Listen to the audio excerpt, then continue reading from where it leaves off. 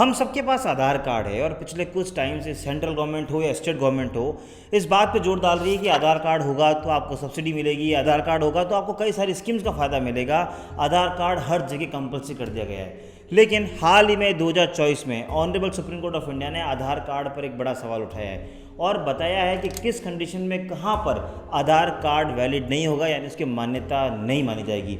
अब वो क्या है उसको जानने के लिए आपको ये वीडियो एंड तक देखना पड़ेगा। वेलकम बैक टू चैनल, मैं हूँ आपका अपना वकील दोस्त एडवोकेट नमन मनोहर और आप मेरे साथ देख रहे हैं लीगल शॉर्ट्स।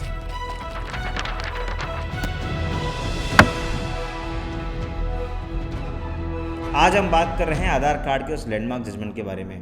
सबसे पहले उस केस का टाइटल जान लेते हैं, Saroj versus IFFCO Tokyo general 2024 supreme court. नीचे लिंक दे रहा हूँ, आप चाहें तो उस लिंक पर जाके पूरा जजमेंट भी पढ़ सकते हैं। सबसे पहले इस केस के फैक्ट्स जान लेते हैं। इस केस में उस लेडी के हस्बैंड की एक रोड एक्सीडेंट में डेथ हो जाती है। जब डेथ होती है तो हमको पता है, और अगर रोड एक्सीडेंट होता है तो हम एक क्लेम फाइल करते हैं इंश्योरेंस कंपनी के खिलाफ अपने शहर के MSCT में, यानी मोटर एक्सीडेंट क्लेम ट्रिब्यूनल के अंदर।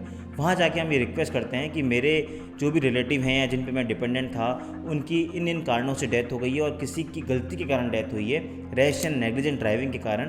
तो क्योंकि उसका थर्ड पार्टी इंश्योरेंस है तो मुझे इंश्योरेंस कंपनी से उसका क्लेम दिलवाया जाए। इस केस में भी यही हुआ।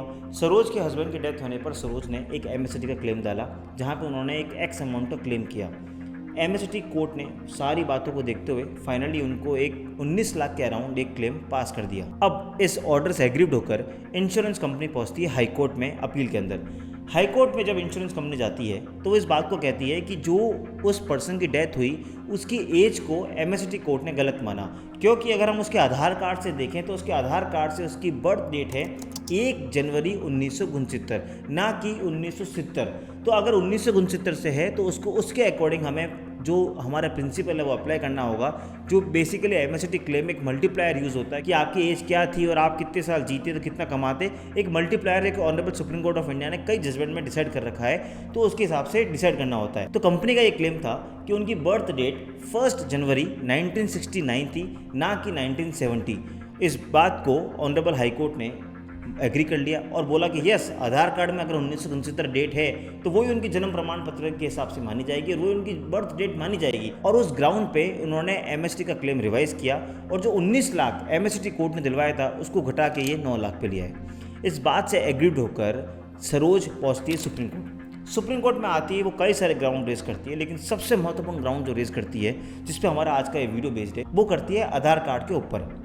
उनका ये कहना है कि आधार कार्ड में मेरे हस्बैंड की डेट ऑफ बर्थ थी 1 जनवरी 1969, लेकिन अगर आप उनका स्कूल लिविंग सर्टिफिकेट, जब हम स्कूल से निकलते हैं जो एक TC दी जाती है, उसके अंदर आप मेरे अगर हस्बैंड की बर्थ डेट देखें तो वो 1970 है। तो अगर आपको मुझे इंश्योरेंस का क्लेम दिलवाना है तो जो आपको मल्टीप्लायर यूज़ करना है वो आपको 1970 यानी 1970 उनकी स्कूल लिविंग सर्टिफिकेट के हिसाब से देखना होगा, ना कि आपको उनके आधार कार्ड के हिसाब से।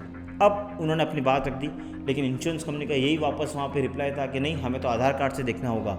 सुप्रीम कोर्ट ऑफ इंडिया ने दोनों पक्षों को सुना और डिटेल डिस्कशन किया आधार कार्ड के ऊपर। Honourable supreme court of India ने कहा कि 2009 में आधार कार्ड को भारत सरकार ने इस देश में इंट्रोड्यूस किया था एज अ UID यानी यूनिक आइडेंटिफिकेशन। वैसे तो पासपोर्ट भी है और भी कई सारे से आपके प्रमाण पत्र होते हैं, लेकिन इसमें एक ये खास बात थी कि इसके आपके बायोमेट्रिक्स ले जाएंगे, इसलिए इसे UID यानी यूनिक आइडेंटिफिकेशन कहा जाता है। लेकिन इसका मतलब कहीं भी ये नहीं है कि ये आपके जन्म का प्रमाण पत्र माना जाए या बर्थ डेट आपकी से कैलकुलेट की जाए। सुप्रीम कोर्ट ने कहा कि हम भारत के सरकार के जो कानून बनाए गए हैं उसकी मंशा को देखते हैं। तो उन्होंने section 94 of juvenile justice act के सब क्लॉज 2 को देखा। उन्होंने कहा कि अगर हम भारत के कानून की बात करें तो जुवेनाइल जस्टिस एक्ट में भी एज को लेकर कई सारी बातें कही गई है। उसमें कहा गया है कि सबसे पहले अगर आपको एज देखनी है तो सबसे पहले आपको जो स्कूल से एक बर्थ सर्टिफिकेट मिलता है आपको वो देखना है, या फिर अगर आपके पास वो नहीं है तो मैट्रिकुलेशन सर्टिफिकेट यानी जो 10th क्लास का सर्टिफिकेट होना है वो आपको देखा जाना है। और अगर ये दोनों ही आपके पास नहीं है तो सेकंड कैटेगरी होती है म्युनिसिपल कॉरपोरेशन से मिला बर्थ सर्टिफिकेट, यानी जो नगर निगम या जहाँ पे हम रहते हैं उसका बर्थ सर्टिफिकेट। और ये दोनों ही नहीं है तो उस कंडीशन में बच्चे का ऑसिफिकेशन टेस्ट कराया जाना चाहिए, जो बेसिकली डिटरमाइन करता है कि आपकी एज क्या है। तो यानी पहले कैटेगरी हो गई आपका स्कूल से मिलने वाला सर्टिफिकेट जिससे आपकी बर्थ शो होती हो, चाहे वो स्कूल लिविंग सर्टिफिकेट हो या कुछ इस तरह का डॉक्यूमेंट हो, या फिर मेट्रिकुलेशन सर्टिफिकेट। और सेकंड कैटेगरी होती है आपका म्यूनसिपल काउंसिल से दिया जाने वाला बर्थ सर्टिफिकेट, और तीसरा होता है ऑसिफिकेशन टेस्ट। यानी इसके अंदर कहीं भी आधार कार्ड मेंशन नहीं है। अब honourable supreme court of India कहती है कि इस केस में आपको ये देखना था कि स्कूल में उनकी क्या एज लिखाई गई थी, ना कि आधार कार्ड में। तो स्कूल में अगर 1970 लिखाई गई है तो आपको वही माननी पड़ेगी, ना कि 1969 जो कि आधार कार्ड में थी। तो सुप्रीम कोर्ट ऑफ इंडिया यहाँ पे एक बहुत इंपॉर्टेंट पॉइंट डिसाइड करती है। वो कहती है कि आधार कार्ड का सिर्फ इतना ही मतलब है कि वो एक आपको आइडेंटिटी प्रोवाइड करे। इसका इंट्रोडक्शन जो किया गया था भारत में वो इसीलिए किया गया था ताकि आपको जो सब्सिडी मिलनी है, गवर्नमेंट स्कीम का जो आपको फ़ायदा उठाना है, वो इससे आपको आइडेंटिफाई कर सकें कि आपका एक कोई यूनिक आइडेंटिफिकेशन नंबर है। लेकिन इस आधार कार्ड से आपकी एज डिटरमाइन नहीं कर सकते।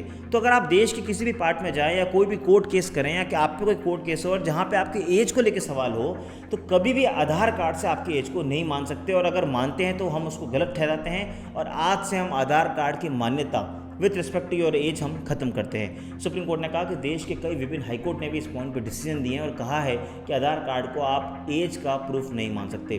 फाइनली इस केस में भी honourable supreme court of India ने स्कूल लिविंग सर्टिफिकेट को माना और 1970 को मानते हुए उनकी जो कंपनसेशन थी उसको बढ़ा के 15 लाख किया।